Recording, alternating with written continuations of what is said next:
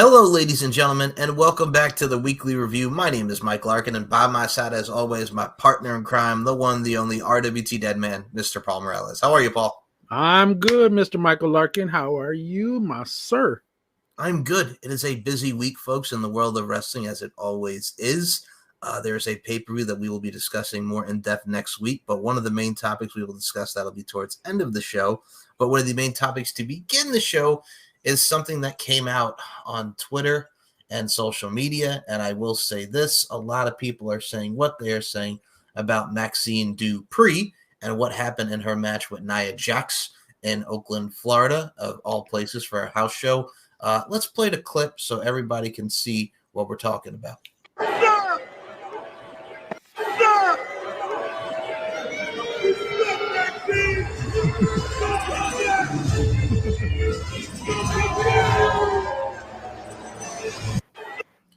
Okay, so the clip is of Maxine Dupree walking out, and that chance of "you suck" and that person heckling her and her doing the thank you on the way back. She looks like she wanted to cry.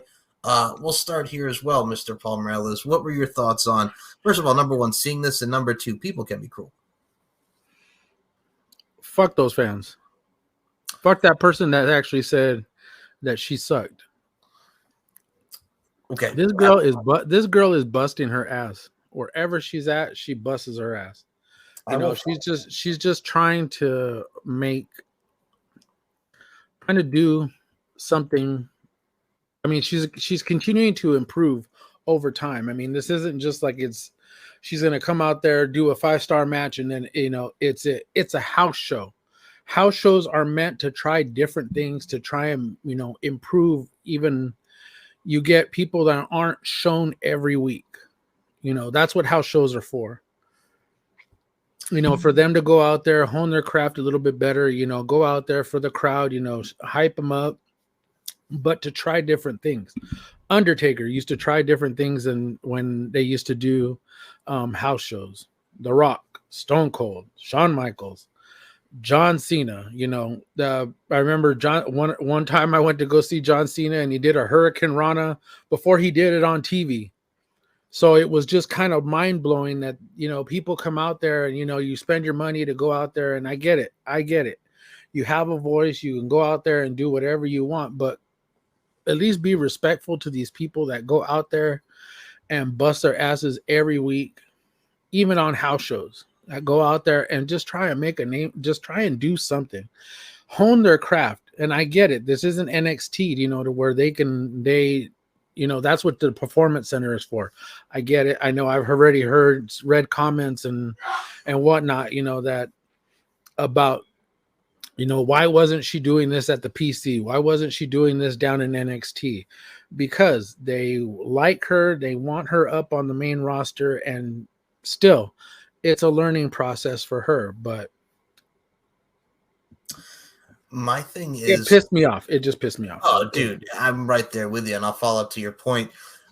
This girl has been officially, now, when you remember when she first came in, she was not a wrestler. She was a manager for the Maximum Male Model. She didn't start wrestling until about a year ago when they started putting her with the Alpha Academy. Yeah. Look, I saw her Hurricane Rana botch in the Rumble. I saw the botch with Valhalla in the roll-up on Raw. Look, it happens. It happens with any wrestler. I think, and noticing her, like you mentioned, she tries. Like, she knows the character. She wants to hone her character, and she just wants to get better. It is what it is. I mean, I saw how she sold the Bonsai drop, the Annihilator by Nia Jax. It was fine. Like, I mean, people just want to critique and people just want to hate. I did see a lot of old school wrestlers saying, like, you know what? Remember back in the day when you weren't ready, you weren't booked, and now it's just a free-for-all? I'm like, I see that too, but also at the same time, man, I give people credit, like with Maxine Dupree, and we'll get into these tweets here now, because a lot of people defended her, and the big one that came out of this was the one and only Miss Rhea Bloody Ripley, if you will. So let's pull up Rhea's tweet with what Rhea Ripley had to say about this whole thing here. And she was correct, spot on. She wrote, "I really wish that some of you got booed and ridiculed in the public eye while being new at your job. Learning and getting better is all a part of being human. Be better as humans." And then Zoe Stark chimed in with, What they don't see is how hard you've been working to get better, how you ask to get more reps, and how hard you train. They don't see the struggles outside of the ring. They will never know the grind. We love you, Maxine. Keep up the hard work. So, yeah, she's getting a lot of love from her peers, and rightfully so. Yeah, she's getting a lot of love from everybody. Now, the one thing I want to point out is, you remember the Brooklyn Brawler? I do, Steve Lombardi. Okay, do you remember how many I mean, he used to go out there week after week, and if you don't know the story, when he started, he was awful. Mm-hmm. Like, they were teaching him moves in the ring prior to his very, very first encounter. On national TV, they were still doing moves in the ring, trying to teach him in the process. So this is completely different. So you're either learning on the fly or you're honing your craft. And yeah, granted, Steve Lombardi was one of those guys, the Brooklyn Brawler, whichever one name you want to use him as. That was one of those dudes that were just, it was learn on the fly, learn in the process, and continue to keep getting better, even though you were losing, and even though you weren't. That's what your character was. You were there to build up somebody else. So you look at those type of guys, and no name sandwich cookies that used to come into WWE, WWF back in the days. Then they were dudes that they picked up at the corner market and asked them, "Hey, are you athletic? Yeah, okay. Can you come in and work with us? Yeah. You're going to work with Hulk Hogan, or you're going to work with Junkyard Dog, or you're going to work with Superfly Snuka, or you're going to work with Tito Santana." And yeah, but they're going to squash you, but who cares? You're still going to get your effort, and you're going to get paid. I get it. It's then. This is now. You're in a bigger spotlight, a lot more eyes that are on you, and there's social media like this. Whoever the hell those people were, man, I hope someone goes by and gets who the hell they are, and everybody starts booing him, man, because that was just horrible, especially with all those fans that were booing her. And I mean, granted, you did hear cheers when she raised her hand. She was acknowledging the ones that were cheering her, which is great. That's great for her, for the fans that are of hers. But for those people that were just assholes, I mean, fuck you guys. Yeah, it reminds me of when Dana Brooke got booed when she went back to NXT, and it's just like, this girl works hard. I mean, she's now Ash by Elegance in TNA. It reminded me of the Dana Brooke scenario. And I mean, of course, there's going to be assholes like JD from New York and his, all these soft professional wrestling fans and the woke movement. And I'm like, JD, like, first of all, number one, go fuck yourself. And number two, you've never been in a ring. Like, how would you know? And you know what? It's just people that throw like dudes like that, like JD. You know what? That fucking dude he's just fucking garbage. He's just clickbait. He's just trying to get everybody to click on his shit to just, talk shit about people. So, hey, people are gullible to go into it. Hey, whatever. That's on you. Well, I will say, speaking of talking shit, that brings us to our next topic. And well, this was right before the Elimination Chamber happened. And well, Austin Theory, much like Grayson Waller, got into a heated exchange with a reporter that called wrestling fake during an appearance in Australia. What is it with the people in Australia, man? Just constantly going at these guys. Here we go. What did you just say? I mean, it's fake. Like, What do you mean? What are you hitting each other? Hold on a second. You brought me here. You're gonna talk to me like this? Yeah, Hey, no, man. I mean, no. Just because you're in charge of some shit here, man, don't mean you can talk to me like this. I didn't mean to offend you. You're saying what I do is easy, and you're in front of all your people in here talking about my job's easy. You couldn't walk a damn day in my shoes. You got me in here. Dude, are you kidding me, man? I'll smack the shit out of you right now. I'm not playing around. Don't bring me all the way here for some media, man. This guy's talking his head off, man. It's his problem, dude. I love that. I love that so much. Austin Theory, much like Grayson Waller, getting into it. These are reporters, man. Yeah, but I hate dudes that are like that. I mean, you get people in here, and then of course, this is what happens. So you get dudes like this that bring, wrestlers in. Uh-huh. They talk smack about it. Back again. We're back to this bullshit again. Last time it was Grayson Waller. This time it's freaking Austin Theory. So again, I go back to something I said before. you're bringing these people on, and then all of a sudden you want to tell them that their job is easy, or you tell them that their job is fake. Yeah, in a sense, yes, it is fake, but those dudes have to go out there and wrestle. Those dudes have to go out there and they're athletes. You don't want to label them as athletes, but dude, these people go out there, I don't know, 6 days a week to go out and do this. Well, 300 days a year to go out there, perform for you guys. And you want to tell me that they're not athletic or they're not athletes, and then you want to talk shit and tell them, oh, well, this shit's fake. I would have loved to have seen Austin beat the shit out of this dude. I think he was close. He was getting there.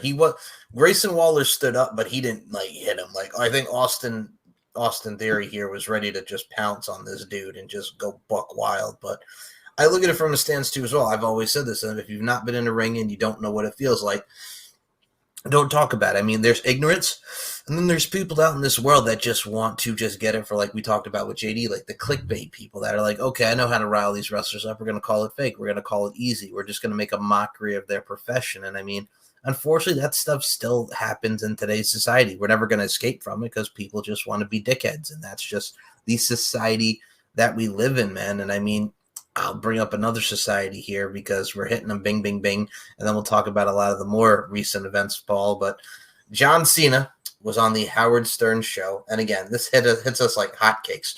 Randy Orton did a similar interview where he was asked about Vince, and he was like, you know what? That guy gave me everything. He was heartbroken because, you know, again, Vince made him this big star, being a third generation, really helping him out. And it broke his heart. But John Cena's interview was the more telling of these, because it's just like, we understand where John's coming from because John became who he is because of the WWE auspices and the WWE machine, but how it was worded, and I'm going to read the transcript, it makes John look very, ooh. So John Cena was asked on Howard Stern about the allegations, and he said, and I quote, I don't think it's complicated to talk about. It's complicated to listen to. That's why I don't necessarily put a lot of time and equity into it. There's still a long way to go. I can say this. I'm a big advocate of love and friendship and honesty and communication. In the same breath, I'm also a big advocate of accountability. If someone's behavior lies so far outside of your value system that the balance shifts of I can't operate in a world where this works, that's the end result of being accountable. Right now, I'm going to love the person I love, be their friend. I love you. You have a hill to climb.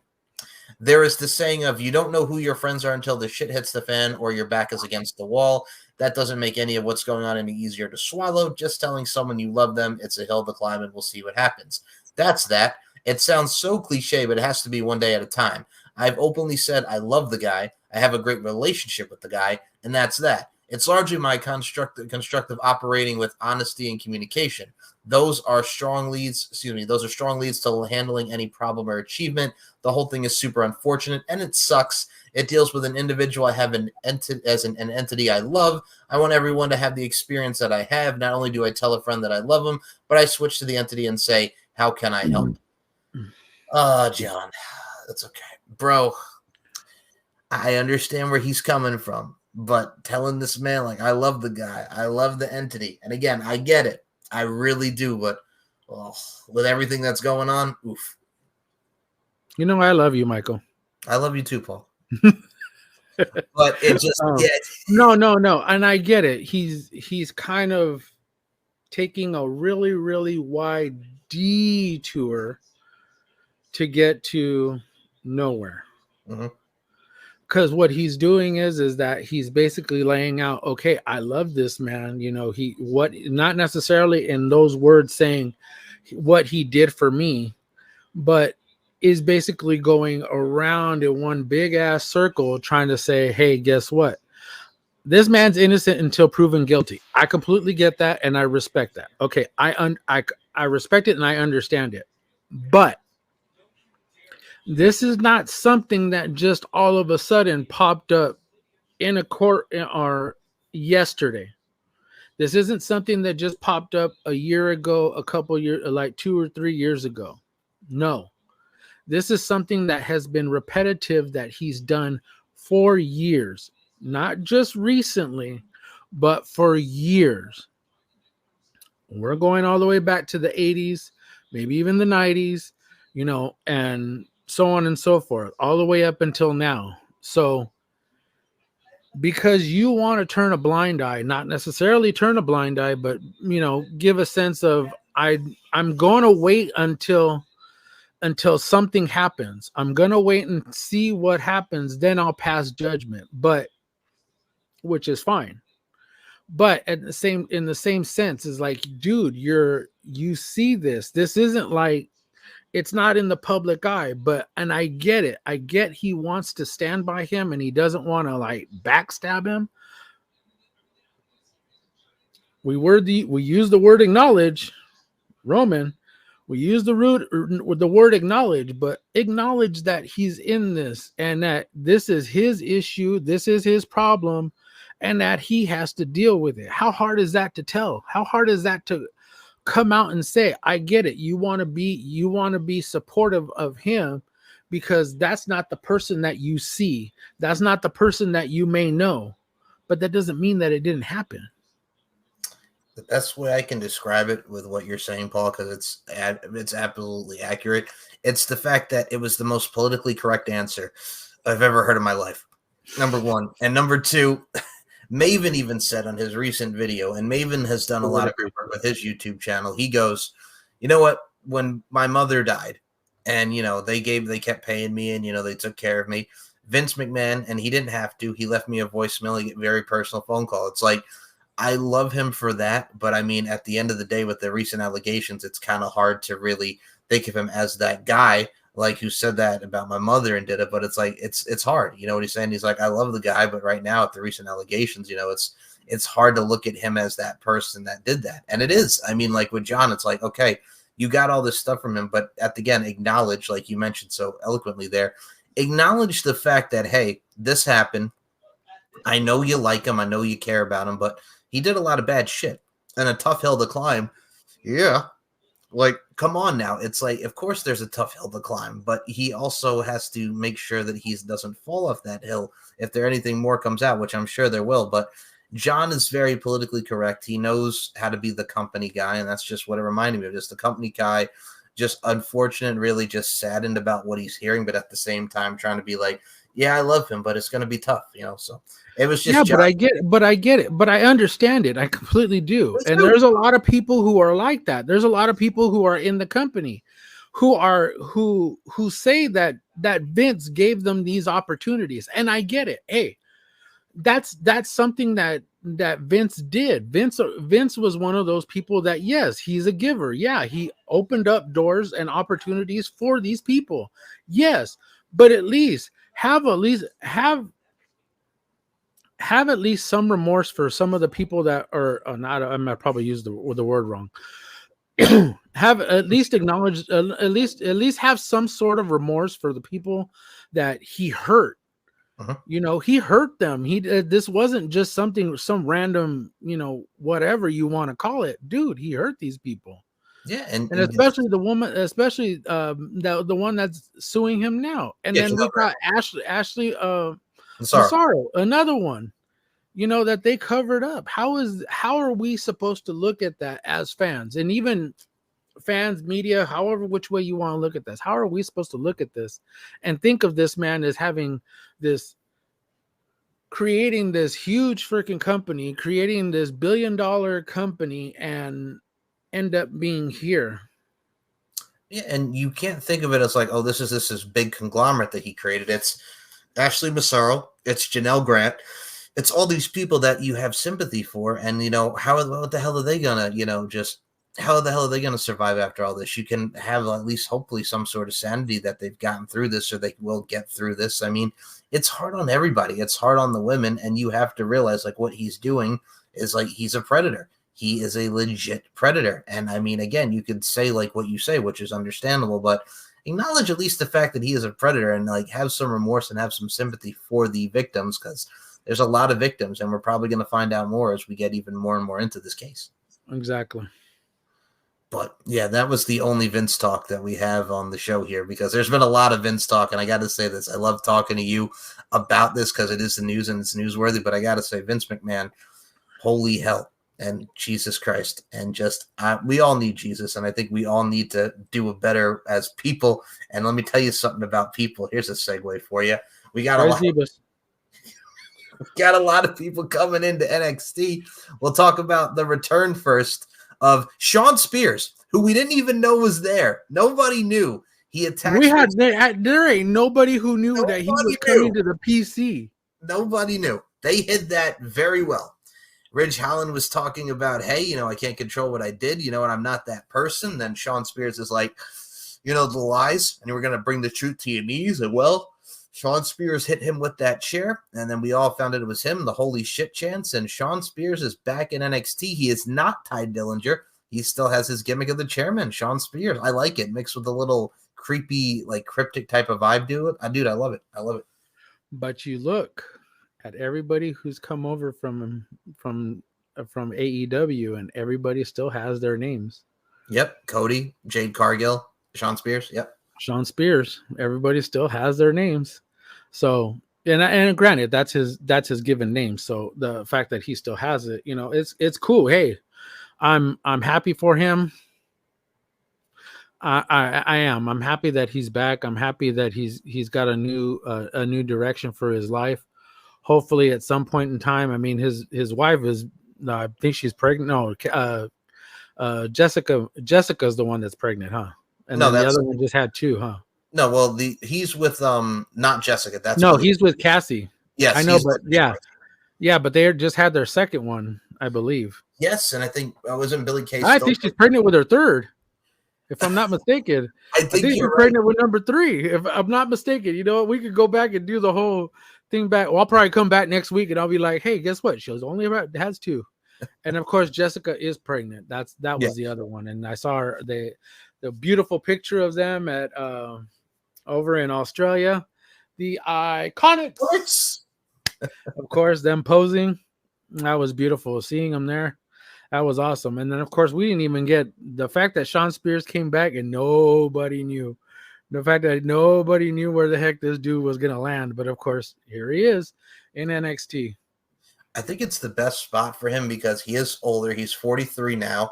And, I mean, he does have a wrestling school, and he can work with the young guys, much like a Ridge Holland or Joe Gacy or whoever. It's the perfect spot for him. It is. It really is. And then plus it gives him that financial security, and then of course it gives him the freedom to do what he wants. And if he's in NXT, he doesn't have to do house shows like they do in WWE and on the main roster. Right, and I think also being local in Florida and just really being bound the overall talent, like we mentioned, it's going to be really good for just everybody to learn from the learning tree of Shawn Spears. And again, not being Ty Dillinger, being Shawn Spears, keeping that gimmick, and also. Everybody joke because Shawn Michaels is there, and see, I just kicked Stan. Well, Stan is now back in NXT, and I love it. I'm here for it, man. But speaking of NXT, hold on. You mentioned Shawn. That takes me to that fucking thing with R-Truth. You can't tell me that shit was not hilarious.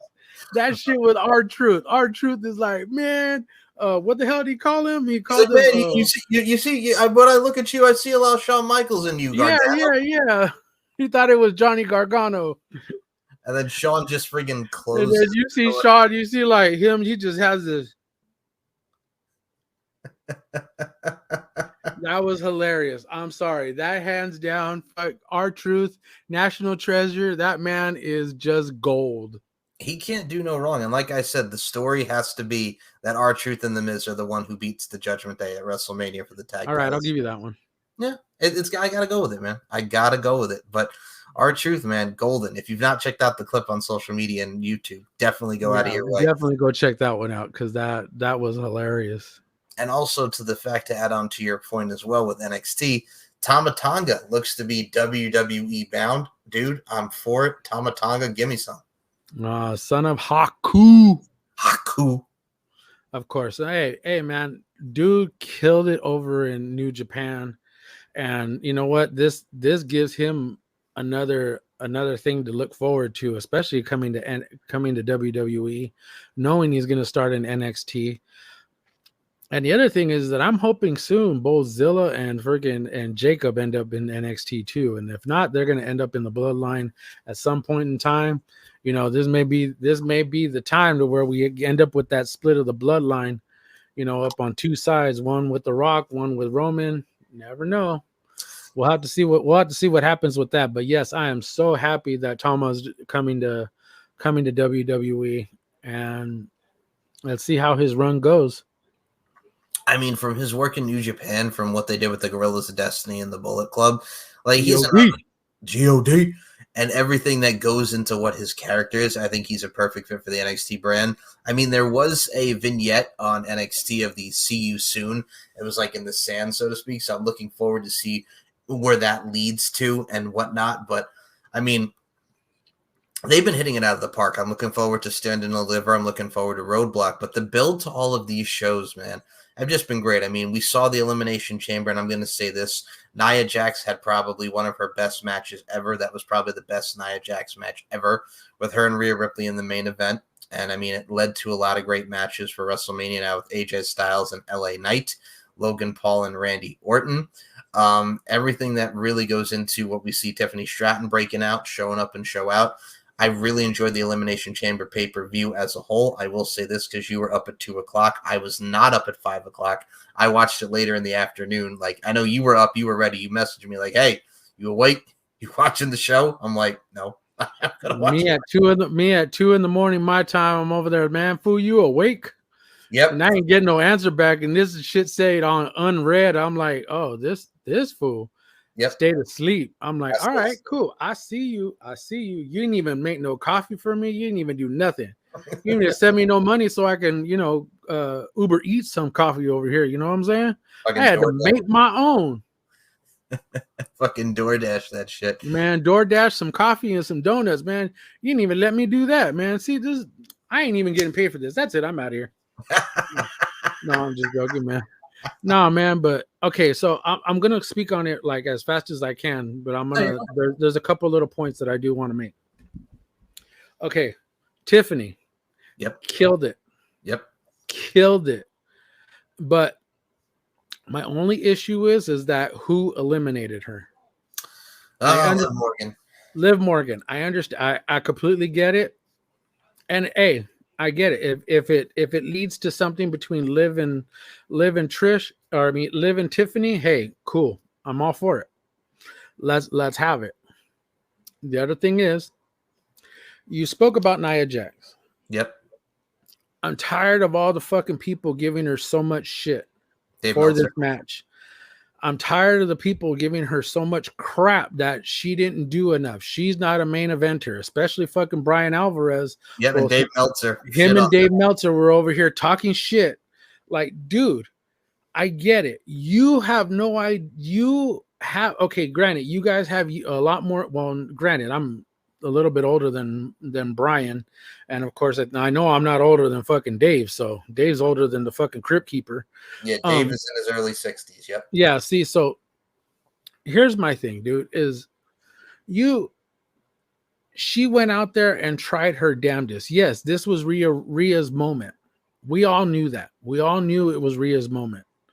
And yes, as predictable as a lot of people said, oh, well, I didn't really watch it because it was very much predictable. Yes, it was predictable. We knew titles weren't going to change hands. We knew that Rhea was going to win. We kind of already figured out that Drew was going to win the Elimination Chamber. We kind of already figured out that Becky was going to win the women's. Predictable, yes. But these people still went out there and kicked ass.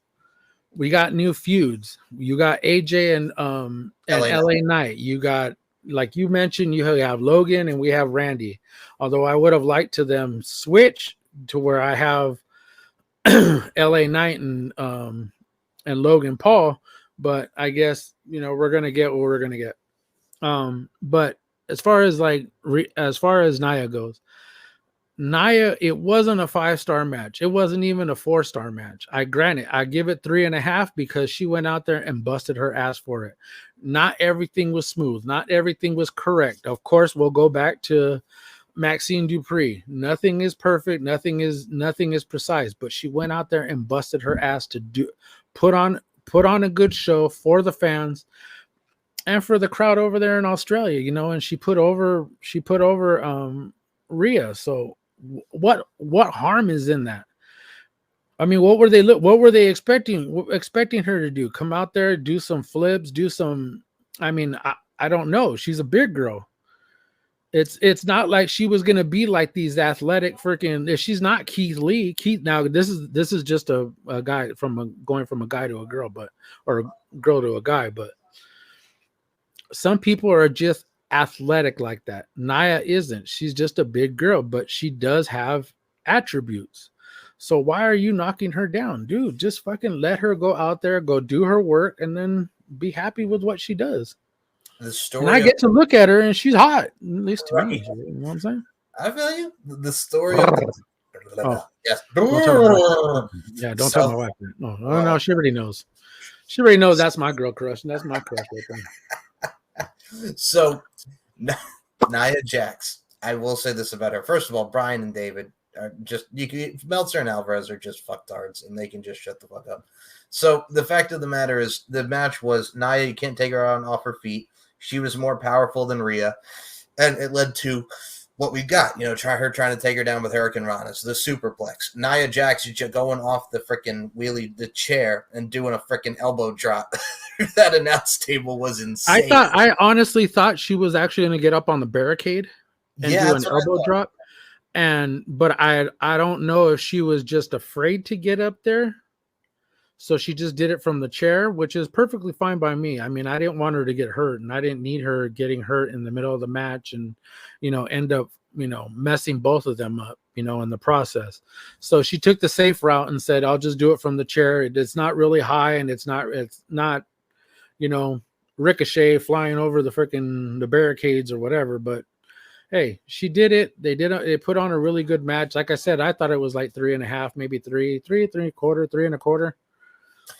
I think it served its purpose, like much of everything on this. And that's my other one, is that it did its job. I mean, they put on a good showing. Rhea got the win. Again, back to predictability. We already knew she wasn't going to lose the title. So, I mean, you look at predictability. People say, "Oh, we knew Drew," which was a great match. Becky Lynch. That whole card again. If you've not checked it out, watch the replay. Tyler Bate and Pete Dunne, and against Finn Balor and Damian Priest. Oh man, that was I'm gonna take Sheamus's. That was a fucking banger. They kicked ass, and oh man, freaking Finn dislocated his thumb, and then he put it back in at the end of the match. Man, that dude's a fucking warrior. He is, and I think also having the mix of just Pete Dunne and Tyler Bate coming back together, they fit well. Give them more shots at the title and more just shine there. Like, they really killed it. And I mean, the other ones, I can't give it to Candice LeRae and Indy Hartwell. Indy got the standing O in their match with the Kabuki Warriors. Indy making her home back to Australia, which was very nice. Like, it was great for her to have that moment. Like, every match on the card served its purpose. It was probably one of the best bouts and one of the best shows so far this far in the year 2024. I think everybody should go back and check it out. But yeah, Bronson was actually supposed to be in the show. Bronson Reed was actually supposed to be in the show. He was actually supposed to face Seth Rollins for the title, but Seth got injured. And of course, I'd like to congratulate Bronson and his wife welcoming in their new baby. It just happened to be while they were there, he just happened to end up becoming a father. So, congratulations to him, welcoming in the new baby. Don't worry, your gift is in the mail. If not, then I'll have Michael send it, and then he'll just, from both of us. Yes, from the thick to the thick boy. Congratulations to Bronson Reed and his lovely wife. But no, that's pretty much what the amazing part about this year is so far with professional wrestling. Like, the boom that we are in, and dare I say boom, because one of the big things that we did find out today is The Rock cut a promo on Seth Rollins and Cody Rhodes. He told Cody Rhodes, fuck your story, and that Seth Rollins ain't nothing but a clown, which was amazing, looking like a damn clown emoji. You know what, Michael? Fuck your story. Fuck your story. It's so good. It was just so awesome. You know what? I was actually going to start the show by telling you, fuck your story, Michael. Fuck you and your story. You and your story. First of all, can he just keep coming out with those friggin' vests and the friggin' suits like he does, like it's 1999 again? I love it. I love it. I'm telling you. His Versace. Oh yeah. His Versace. How do you spell it? Versace. F-O. Of course. Versace. God damn it. I mean, you had The Rock and Roman Reigns in the ring tonight. They made the counter offer of Cody challenging The Rock. Hey, night one, let's do a tag. Roman and Rock against Seth and Cody. I'm here for it. We've all been talking about it. We've all wanted it. Looks like we are going to get it, but the big turn of everything that was in that segment tonight, which again, for about 20, 30 minutes was just awesome to open up tonight's SmackDown. Rock goes to do If You Smell What The Rock Is Cooking. Roman cuts him off. He says, I need something from you. I need you to do something for me. Acknowledge me. And then The Rock acknowledges him, and then they all chant, You sold out. The Rock puts up the ones, but also has the L there, like we touched upon last time. Dude, it's happening. He's double-crossing the Bloodline. Yeah, he's gonna double cross it. But if you hopefully you put up this picture, this is Paul Heyman with the look on his face, and he sees him and he's like, I know something's off here. Something is off. He said, I acknowledge you, Roman Reigns. He said, I acknowledge you. You're my family. I acknowledge you. I acknowledge you. I acknowledge you as my tribal chief. You know, they all out there, and if you smell, and he let him finish what the Bloodline is cooking, and then they put up their ones. Whatever. But yeah, that's what they did.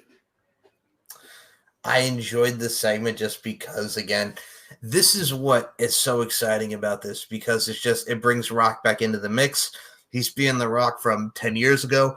He's being The Rock that we all know and love. And I think it's wonderful to see that extra heel, that extra oomph to the character, instead of him just coming in and doing like the Lions and just being the baby face. And okay, then he's going to lay him out. This adds more layers to the character and the Bloodline story.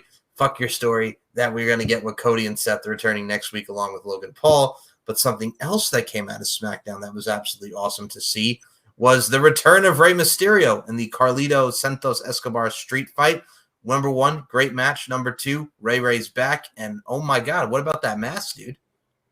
That was a sick ass mask. You got to love that one. Yeah, I'm happy he's back. He rehabbed the hell out of that knee. He worked his ass off. I mean, go back on his IG, you could see the videos of him, and if you follow him and you see his stories of all the work that he did just to get back into the ring, at least in time for WrestleMania. Oh, this is going to be a good showdown, and we're going to probably get Carlito, Rey, and at least Carlito and Rey against maybe Santos, and I think somebody else may be actually coming in. I don't know. Don't quote me on that, but I think maybe somebody else, maybe somebody from NXT. I have no idea yet. Maybe Dragon Lee. Maybe we might get a turn by Carlito up on Rey. I have no idea yet. Just hoping to see something good from this, man. I mean, you got two little Latino factions going on, and I would much rather see it, produced really, really well. So it puts over everybody and not just, a couple of people. I think with everything that's going on, you have everybody getting involved. I think the main match is doing the rematch with Rey and Santos. And I mean, we've seen Rey go against Prince Puma in Lucha Underground. We've seen him do so many amazing things outside the WWE auspices. And Santos Escobar was in Lucha Underground as King Cuerno. He was El Fantasma. I love that we're really tying in a lot of the Latino, the heritage, the legacy, and everything that goes into Lucha Libre. I think they've really set up something that's going to be special. I mean, next week they're doing Bobby Lashley and Karrion Kross for WrestleMania. I think we're going to get an 8-person tag with the Final Testament and Scarlett against Bobby Lashley and the Street Profits and B-Fab, which will be the debut of B-Fab at WrestleMania. So, I mean, there's so many different ways that they can go with this, and it just gives you more heightened and excitement going into the WrestleMania card. So I'm here for it, man. I'm here for the signings, and I'm here for everything that we've seen. I think we see a lot of analyze, dissecting, and decipher in the world of wrestling and everything that's going on. But We also have the appreciation and respect factor that goes into the world of professional wrestling, because the other topic that we're going to talk about here as well, we'll discuss the fallout from Revolution next week, but the big thing of this weekend is this is Sting's final match in Greensboro, North Carolina. Him and Darby defend the AEW World's Tag Team Championships against the Young Bucks. Dude, can you believe it? This is it. This is the final encounter, the final night of Sting as a professional wrestler in a professional wrestling ring. I have to go back to Full Gear last year. My daughter's first show. I remember Sting, Edge, and Darby walking out. I cried. I'm not going to lie. I fucking cried because, and I'm getting emotional now. Don't get, hold on a second. I've watched this man throughout his whole career, literally from the beginning all the way up until Saturday, which will be the end. And somehow it just seems surreal. I remember Undertaker's very first match in WCW. Or actually, it wasn't even in WCW. It was actually in the AWA. I remember his matches. Most of his matches as Mean Mark, and actually, he was part of the Diamond Dolls with Diamond Dallas Page or Diamond. Freaking, oh my God, I'm blanking on it. I mean, Diamond Dallas Page, and I mean, I remember when he was Mean Mark, and I remember when WCW couldn't do nothing with him, and then he calls, and then I remember him debuting in Survivor Series in '91. Watching that man go into the Hall of Fame, finishing up his career, it's surreal. The fact I say this, and I mentioned him because that was the match that we never got. Undertaker, Sting, that could have been one of the most epic matches that we probably could have ever witnessed as fans. And Sting mentioned it just this past, I think it was like either a week ago or a week or 2 weeks ago, when he said that was one of the matches that he regrets that he never got to have in his career, because whether it would have happened in WCW or whether it would have happened in WWE, one of the matches that he regrets not having was the Icon Sting versus the Dead Man, The Undertaker. And he said, period. People talk about me and Flair and like they remember it like yesterday. But if it were Taker, Sting, people would still continue to keep talking about it because it would have been that epic of a match. And it's heartbreaking that it never got to happen. I blame Seth Rollins, but I'm just joking. I don't blame Seth, but I think we almost had it like at WrestleMania 27 that year, because there was talks of Sting coming into WWE to do the match, and then he decided to stay with TNA, and that's when we got the Undertaker and Triple H. Yeah. But I mean, we could have had it. The boys over at Wrestle Talk were actually mentioning it too. How Sting could have jumped from WCW over to WWF during the time of the Attitude Era, and he could have simply we could have had it then, or after WCW had went out of business, after Vince had bought them, and prior to him going to TNA. He could have went there and he could have just shown up and showed out for them, and we could have had that match a long time ago, back in the early 2000s, 2004, 2005, 2006, back then when he had just started out in TNA. We could have had it around then, but we never got to have it. And those were, I think, the regret between both of them, that not necessarily a regret. I think it's just kind of like the fact that it didn't happen. And, they're in our minds, in our history, in our lifetime, those are our icons. At least to me, those are my icons. And if I have to move anybody off of my Mount Rushmore, it would probably be The Rock. And I'd probably put freaking Sting on there, because you're talking about somebody who's been on there, been in been with one company and then he went over to another, and then of course now he's in AEW. But I mean, you're talking about a lifer, you know, and somebody who's did a lot for the industry too, you know, to put over talent throughout the years. And the same thing with the Undertaker, of how many people he's put over in his lifetime. So we didn't get that, and that's something that I feel we could have had, and it would have been beyond what we would have expected. I don't know if Vince would have allowed Sting to go over the Undertaker, but if it would have been one of those matches that would have been WrestleMania caliber and nowhere else. I think when my dad was a fan of Sting from the beginning too, like he remembers the Blade Runners with him and the Ultimate Warrior. Like he saw the days of the Sting and Ric Flair and NWA and the Sting and the Great Muta and all these great people that he's wrestled. I mean, from everybody from Flair to Luger to Great Muta, like I mentioned, and even some of the matches that he's had with the likes of like a Magnum TA, or whether he's been in there with like a lot of great guys like a Nikita Koloff. Like the dude's wrestled everybody, and he's been there, like except for the Undertaker, but with everybody. I mean, I was so happy to see him. Like when he was in TNA, like I loved his run in TNA, like going for the title against Jeff Jarrett for the NWA World Title. Like watching him and the stuff that he did with the Abyss, or watching the stuff that he did with the Main Event Mafia, watching the stuff that he did with the likes of Samoa Joe and AJ Styles. Like he was just very giving, and he was there to help young talent and really bring people up. And then the WWE run, like I popped when he came out, Scorpion Death dropped the Triple H Survivor Series 2014, the build to WrestleMania. And I will still say this to this day, because you mentioned Seth Rollins, and the Rollins match was good, except for what happened with the injury. But the big thing that everybody talks about, and I've said this, you've said this, we've all talked about it, the wrong guy won at WrestleMania. I'm glad he got his moment, but Triple H should not have won that match.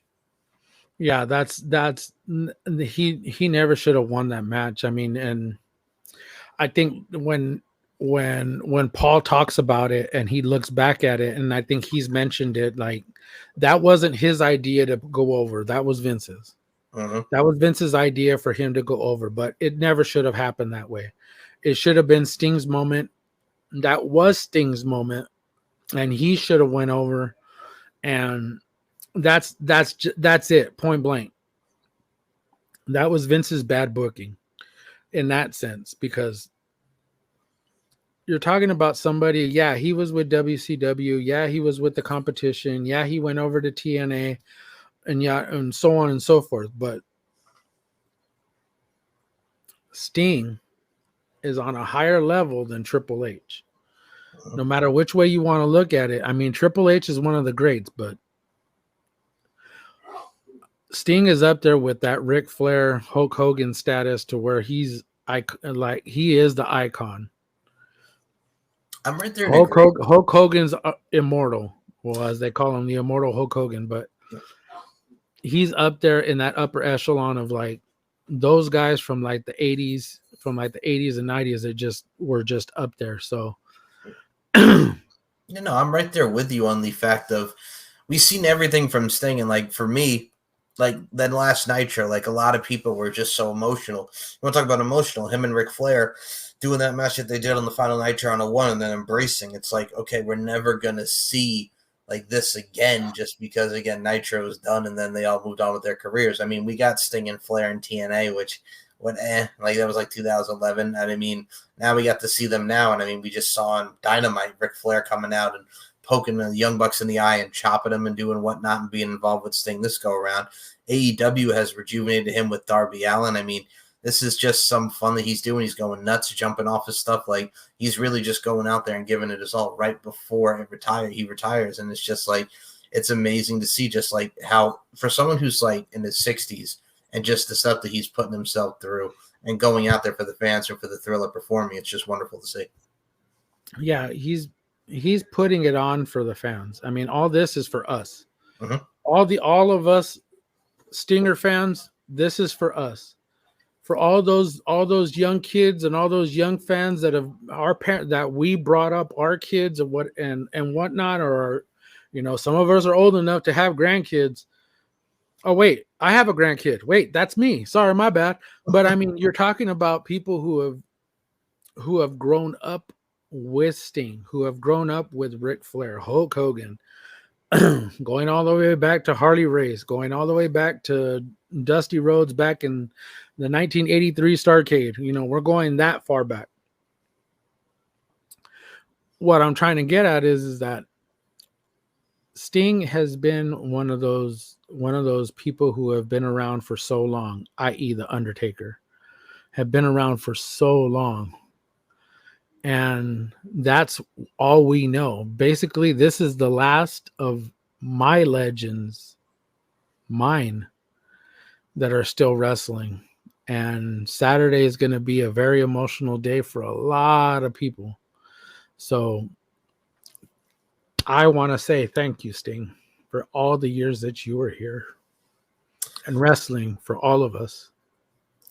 The same. I think that's, again, professional wrestling is about moments and memories created and moments and memories yet to be created. And he created a lot of great moments for the little stingers and everybody that really got to see his career throughout NWA, WCW, TNA, and even WWE and now AEW. So Greensboro, North Kakalaki is going to be ready for a great bout between him and Darby Allin against the Young Bucks for the AEW World's Tag Team Championship. And I mean, we analyzed, dissect, and decipher everything on this show, folks. I mean, from a great elimination chamber, there was not one bad match. There was Maxine Dupree. We touched upon everything that leads up to the road to WrestleMania. It is a great time to be a wrestling fan. But I also just remembered one final thing I do have to add is we mentioned him before with his stupid comments about Nia Jax, Mr. Dave Meltzer, and Brian Alvarez. Oh boy. So they do the rewards for 2023 and all this mess, and everything is subjective, as we know. It's fan voted. But what a lot of people also were not a fan of was they talked about the worst matches of 2023, right? And fan voted number one, a lot of people thought it was disrespectful, was Bray Wyatt and LA Knight in the pitch black match from Royal Rumble of last year. And they thought it was disrespectful because Bray Wyatt, God rest his soul, is no longer with us, and he was number one on that list. Right?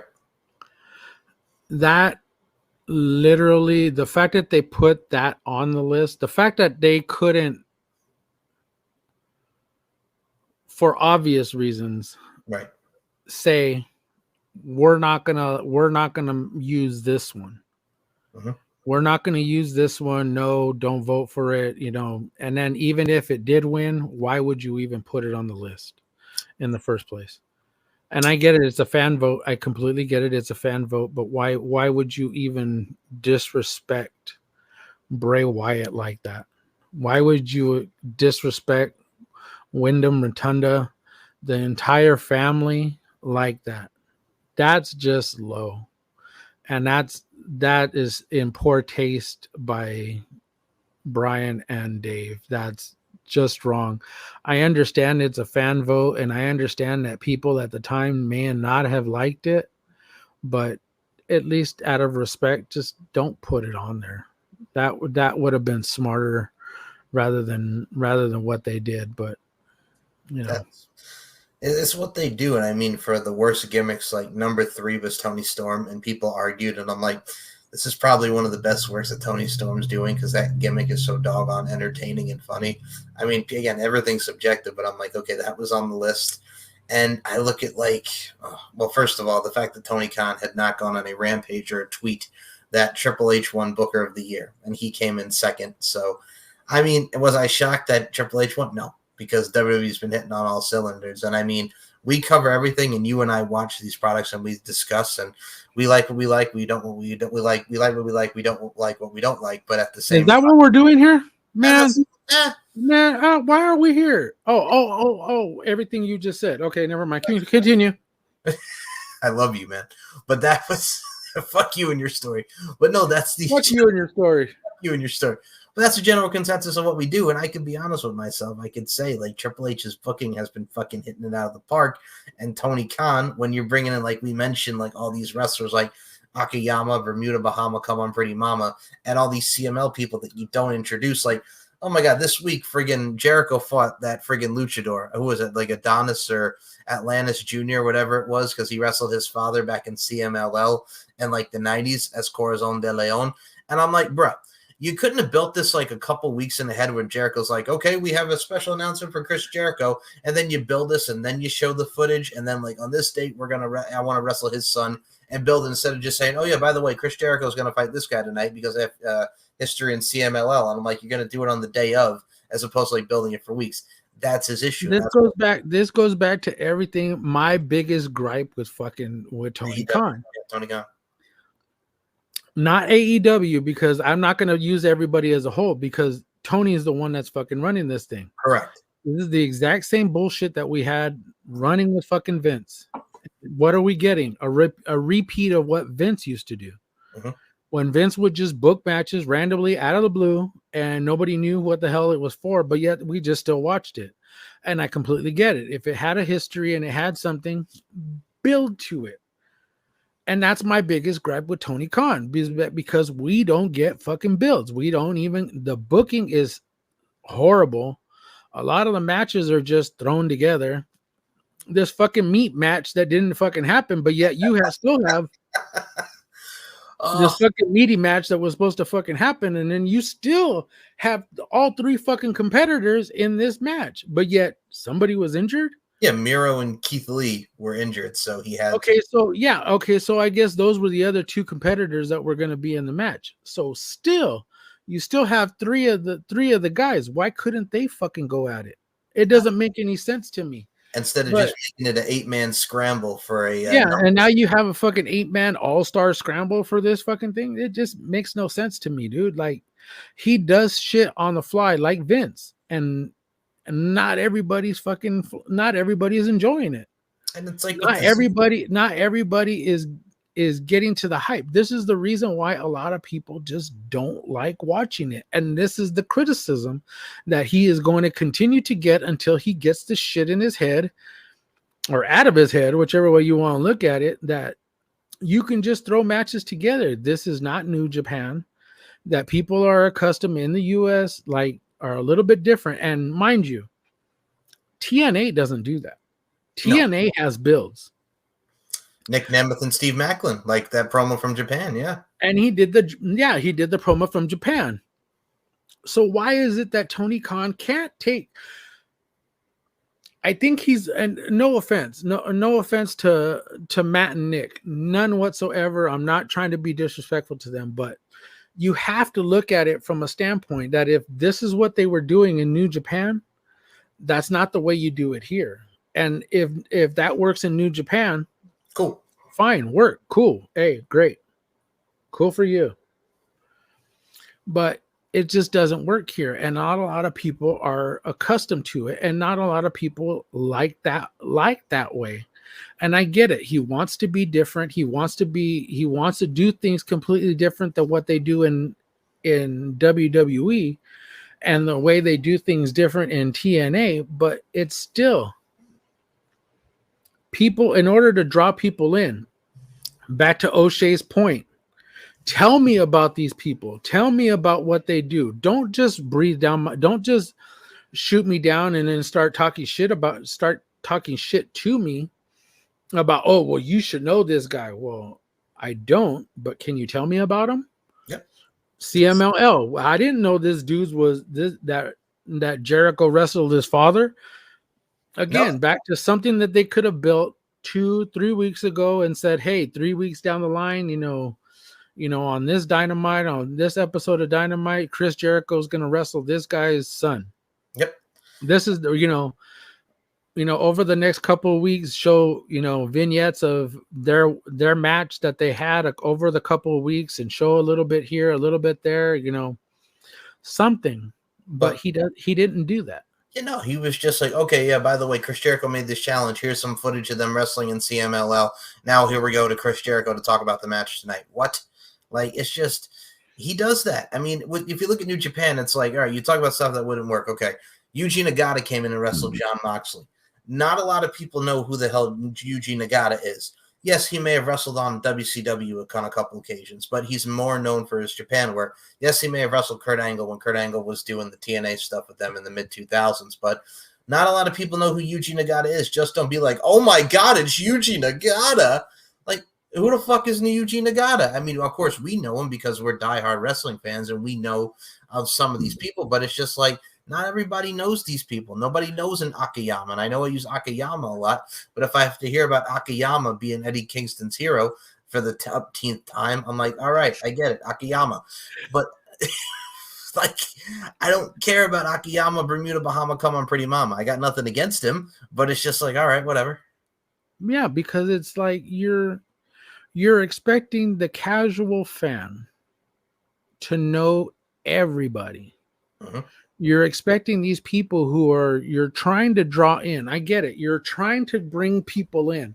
It doesn't matter whether you're trying to get them from older people or you're trying to get them to where you're that 18 to 45 demo and you're trying to get the ones up higher, whatever, demographic, whatever the fuck they like to call it. Anyways, you're trying to draw people in to your product and you're trying to show them these people. Showing them and then not telling them who they are two different things. It was good to see that video of Eddie Kingston. This was like a couple months ago, a month or two ago, or no, before Full Gear. When he went over there, he went to go visit his idol. He went to go do some traveling over there in Japan. Went to go do the G1, and had a good time. Got to do what he did there. Okay, he got to have a good time, and wrestle all those dudes over there in New Japan. But at the same time, not everybody knows them. You're supposed to be able to tell people about these dudes, so this way it draws people in. Back to what O'Shea said. Tell me about them. Don't breathe down don't start talking shit to me because I don't know who they are. Well, you should know them. No, well, tell me about them. Give me some information. Send me some video clips so I can watch them and I can observe them for myself. How hard is that to understand? Oh, agreed. And I mean, you have to look at it from a stance too as well. With all these people, these are the same people that read the fucking Observer and listen to what Dave Meltzer has to say about, it takes me 15 minutes to take the train to, Corrigan. And it's like, all right, whatever. And I mean, look at it like this. Like they just have 10 matches for Greensboro on Sunday. And I'm like, oh my Lord, on a Sunday with 10 matches. I mean, they announced one of the matches for the 0 hour is Sky Blue and Julia Hart against Chris Statlander and Willow Nightingale, which they've been doing some stuff. There was some stuff with Chris Statlander, Willow Nightingale that comes from like a Rampage or a Ring of Honor. And I'm like, okay, but like that stuff is just like, again, kind of out of the, kind of out of the blue, sort of speak. But I mean, I get it. Sky Blue, they were friends and yada, yada. And now Julia Hart's corrupted her. I'm like, okay, whatever. That's fine. I'm sure it'll be good. But again, you can't just rely on just, oh, that's going to be a good match. You have to have some good story to it. And we, like you mentioned so eloquently again, man, it's Tony Khan has become the one thing that he hates. He's become Vince McMahon, where he's just going to throw stuff out there and then boom. And unfortunately, a lot of the stuff doesn't go boom and make everybody want to have eyes on his product. People tune out. And also the fact that he acts like a diphthong on social media, that turns people away because you got an owner acting like a dumbass. And that's what Tony Khan acts like, a dumbass. He is going to do this friggin' media scrum shit again right after this event when this goes off.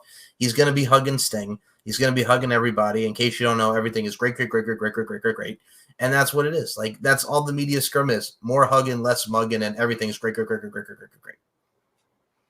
I know Sting said that he doesn't want that match to be his match to be the last to go. But okay.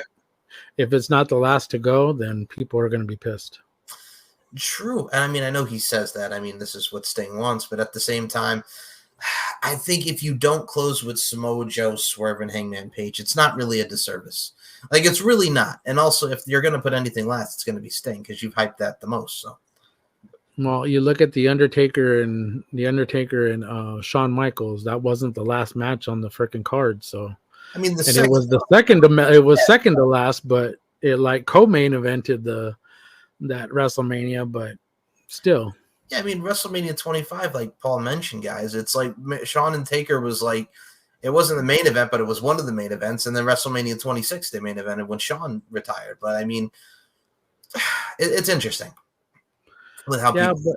yeah, it's going to be an interesting one. I mean, I understand that he doesn't want it to end that way, but